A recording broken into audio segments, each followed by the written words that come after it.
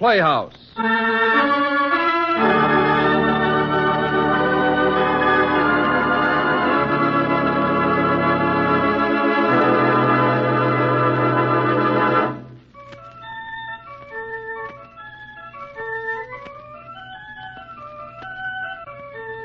By means of a secret charm, I am able to draw all creatures living beneath the sun that creep or swim or fly or run after me, so as you never saw. And I chiefly use my charm on creatures that do people harm. The mole and toad and newt and viper. And people call me the Pied Piper. Because the Yuletide season is a mere 2 weeks away, tonight we thought you'd enjoy a story completely in the holiday mood. Something with a light-hearted grin to it. Well, probably you've heard this fanciful little tale many times since your childhood. But we'll guarantee there's more than a few chuckles awaiting you tonight. One word of warning. If you can't bear the thought of hearing the words of Robert Browning treated lightly, well, you better tune elsewhere for a while. But if you believe, as we do, that the English poet's stature is too great to be harmed by a half hour of good-natured fun, well, then we cordially invite you to listen and laugh as Author's Playhouse presents a special adaptation of Robert Browning's 100-year-old fantasy, The Pied Piper of Hamlin.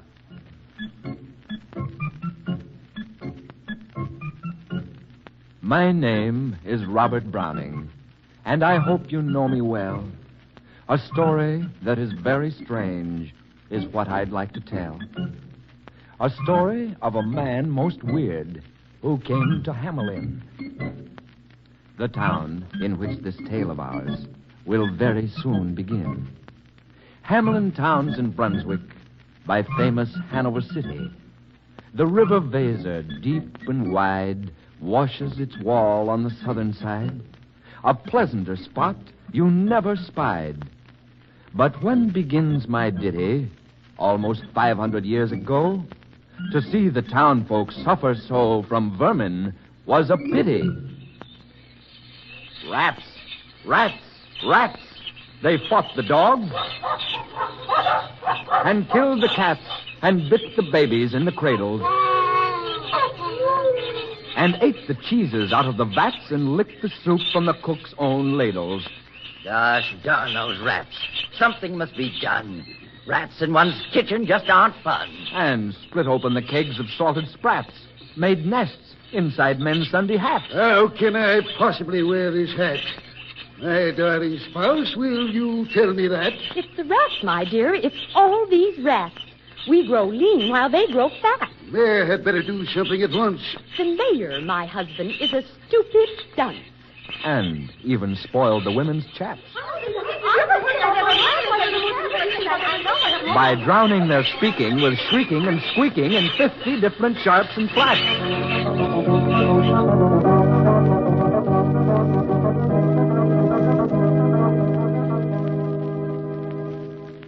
At last, the people in a body to the town hall came a-flocking. I'm not standing for this anymore. No, neither am I. I'm good and sore. Our mayor does nothing but drink rum toddy. Yes, it's quite clear to me. Our mayor's a naughty. To think we buy gowns all lined with ermine for dolts who can't or won't determine what's best to rid us of our vermin. I never in all my life did anything like it. Here comes the mayor and all his men. Yes.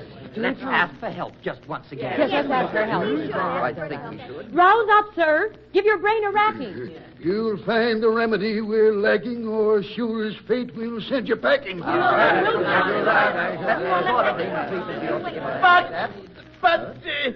But we've done everything we possibly could. We've done our jobs in the manner we should. You've not done enough. That's very clear. Better stir yourself. It's election year. Look at the mayor and his corporation quake with a mighty consternation.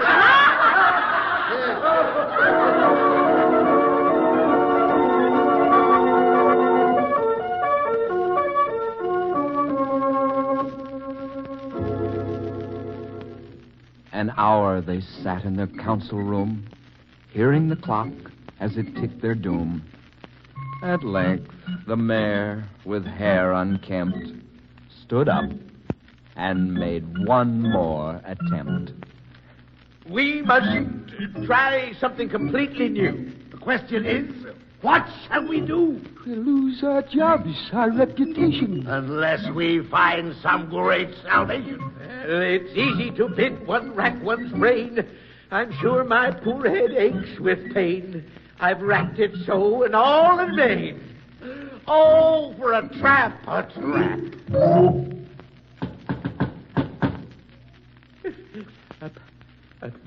Bless us. What's that? Could be a rat. Sounds quite mysterious to me. I've no idea what it might be. With the corporation, the mayor sat, looking little, though wondrous fat. Nor brighter was his eye, nor moister than a too long opened oyster. Now, Mayor, are you positive it couldn't be a rat? Perhaps it's just a pair of shoes scraping on the mat. I hope you're really sure of that. Oh, anything like the sound of a rat makes this old heart go pity-pat. Should I try to find out what it is? Maybe you'd better. I can't stand this. Come in. The mayor cried, looking bigger, and in did come the strangest figure.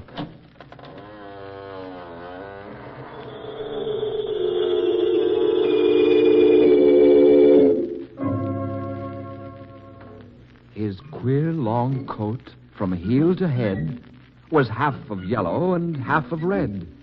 And he himself was tall and thin, with sharp blue eyes, each like a pin, and light loose hair, yet swarthy skin, no tuft on cheek nor beard on chin, but lips where smiles went out and in.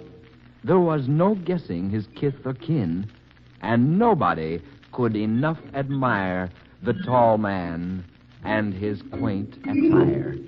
It's as though my great-grandsire, starting up at the trump of Doomstone, had walked this way from his painted tombstone. Who is he?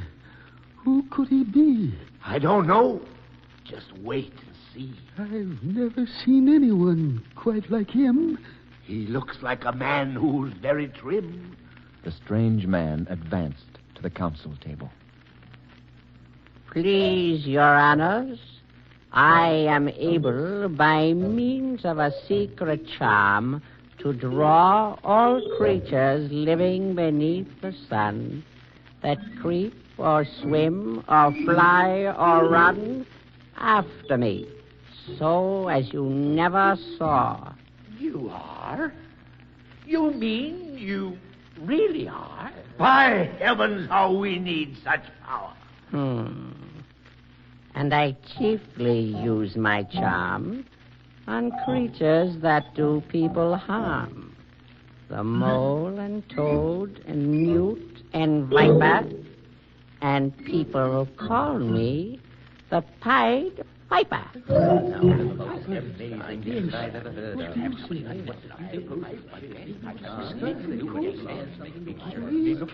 And here they noticed round his neck a scarf of red and yellow stripe to match with his coat of the selfsame check. And at the scarf's end hung a pipe. And his fingers, they noticed, were ever straying, as if impatient to be playing upon his pipe, as low it dangled over his vesture, so old-fangled. Yet, poor piper as I am,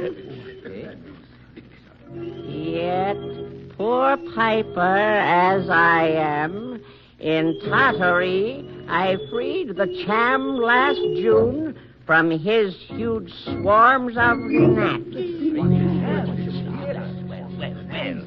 In Asia, I eased the nasum of a monstrous brood of vampire bats. he can help us.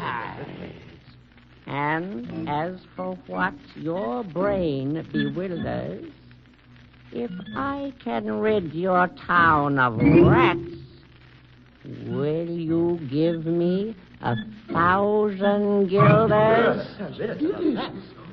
Rid our town of rats? And you subdue the swarm of gnats? Of all your rats, I leave no trace. I like the piper's honest face. Pray tell us, what would it cost the town to put this plague of vermin down? 1,000 guilders. 1,000 guilders? One? Why, we'll give you 50,000. Yes, 50,000. I'll be content with just 1,000.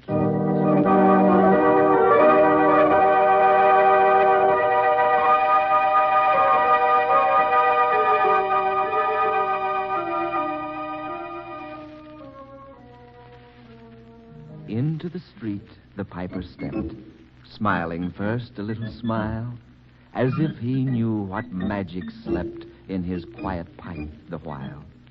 Then, like a musical adept, to blow his pipe his lips he wrinkled, and green and blue his sharp eyes twinkled, like a candle flame where salt is sprinkled.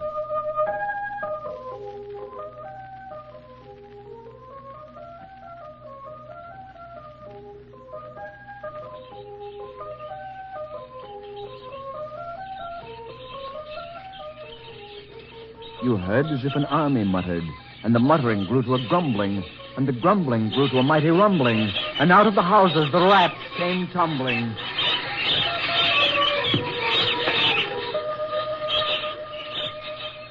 Great rats, small rats, lean rats, brawny rats, brown rats, black rats, gray rats, tawny rats, grave old plodders, gay young friskers, fathers, mothers, uncles, cousins, cocking tails and pricking whiskers, families by tens and dozens, brothers, sisters, husbands, wives, followed the piper for their lives. From street to street he piped, advancing, and step for step they followed, dancing, until they came to the river Baser, wherein all plunged and perished.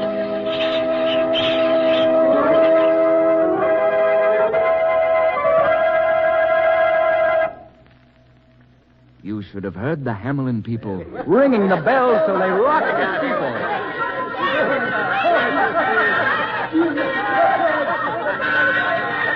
Go, my friends. Go and get long poles. Poke out the nest. Block up the hole. Consult with carpenters and builders. This is worth 1,000 guilders. Leave in our town not a trace of the rat. Now you can safely open your bath.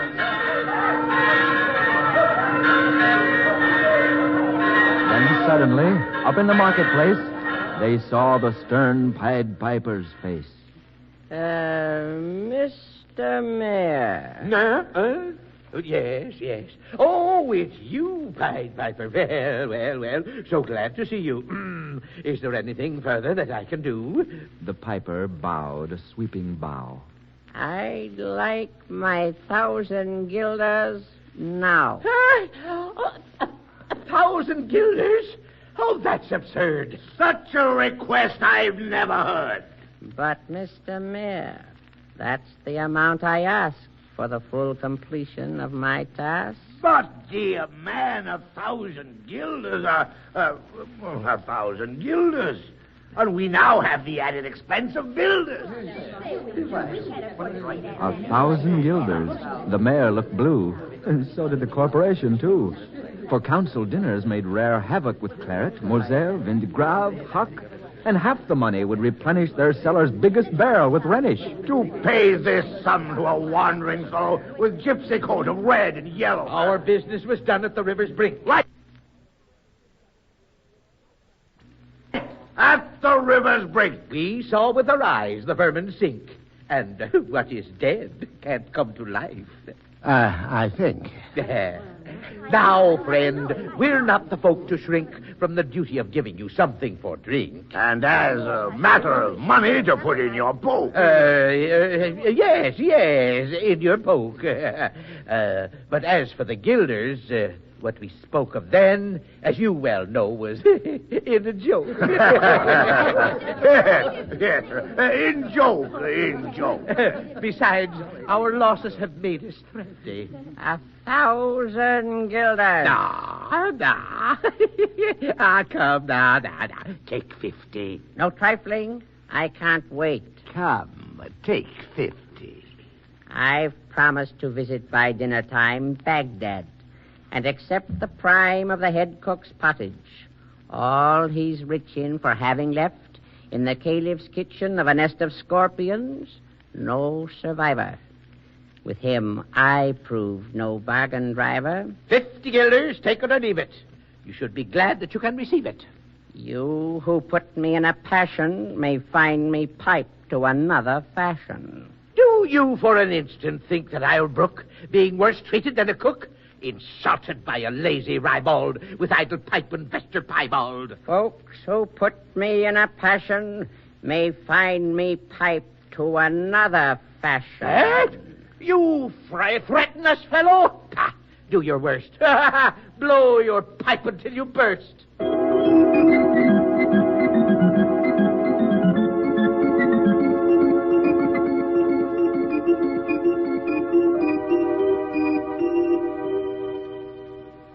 Once more, the piper stepped into the street. His actions were careful, his manner discreet. And to his lips again was lain his long, long pipe of smooth, straight cane.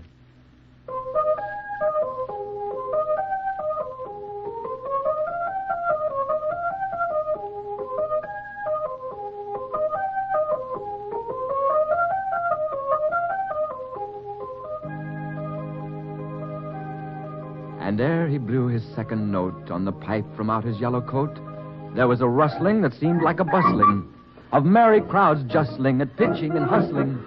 Small feet were pattering, wooden shoes clattering, little hands clapping and little tongues chattering. And like fowl on a farmyard when barley is scattering, out came the children running. All the little boys and girls, with rosy cheeks and flaxen curls, and sparkling eyes and teeth like pearls, tripping and skipping, ran merrily after the wonderful music with shouting and laughter.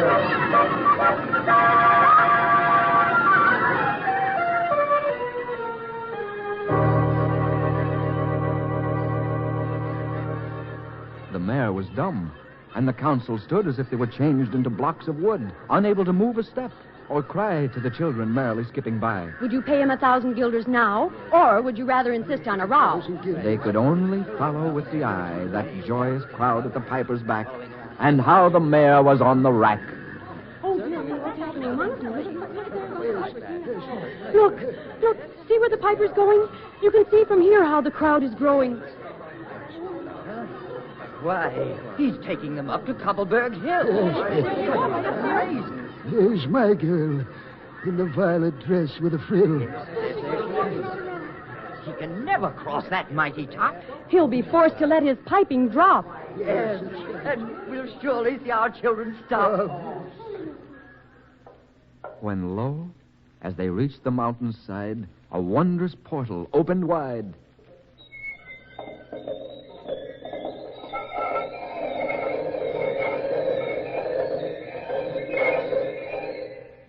As if a cavern was suddenly hollowed, and the piper advanced, and the children followed.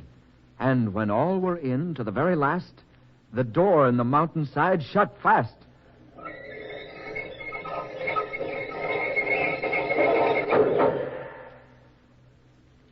Alas, alas for Hamlin. The lights in town were very dim. The mayor sent east, west, north, and south. Offer the piper by word of mouth, where'er 'tis man's lot to find him silver and gold to his heart's content, if he'll only return the way he went. And bring the children behind him.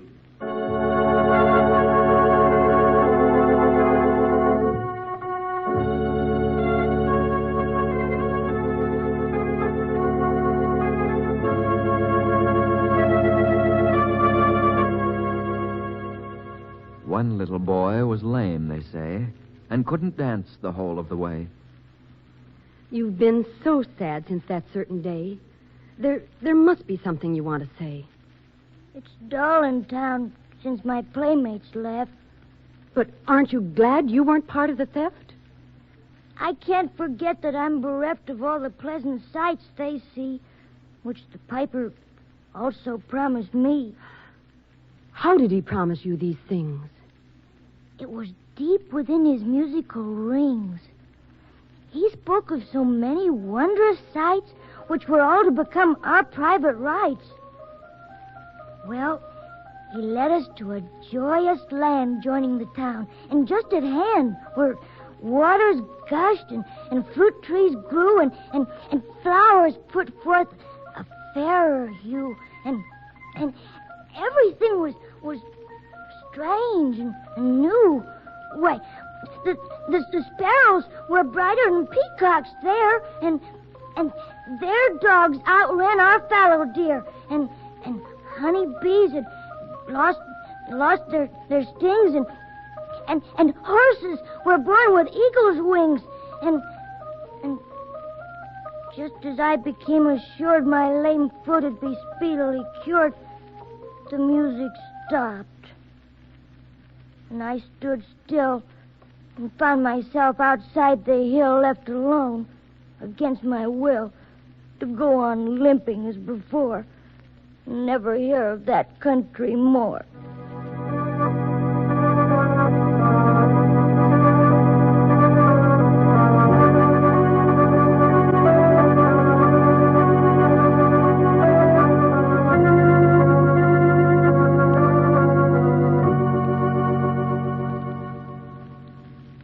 A whole month has passed, and not a word. No one as yet from the piper heard. The whole thing is a lost endeavor.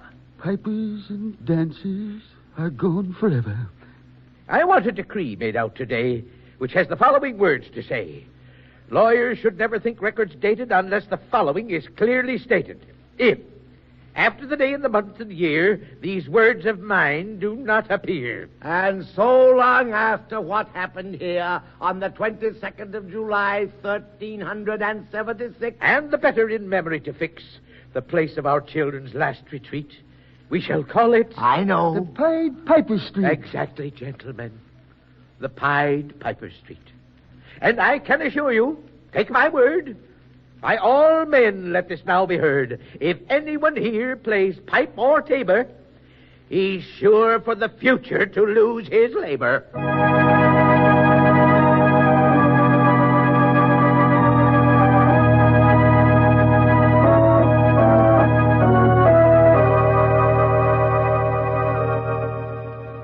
Nor suffered they hostelry or tavern to shock with mirth a street so solemn. But opposite the place of the cavern, they wrote the story on a column, and on the great church window painted the same, to make the world acquainted how their children were stolen away. And there it stands to this very day.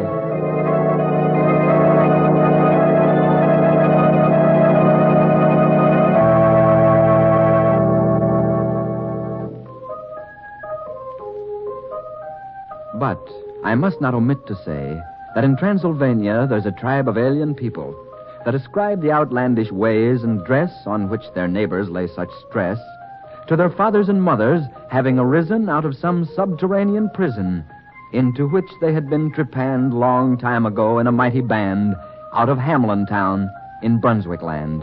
But how or why they don't understand. And so, dear folk, let's not be vipers.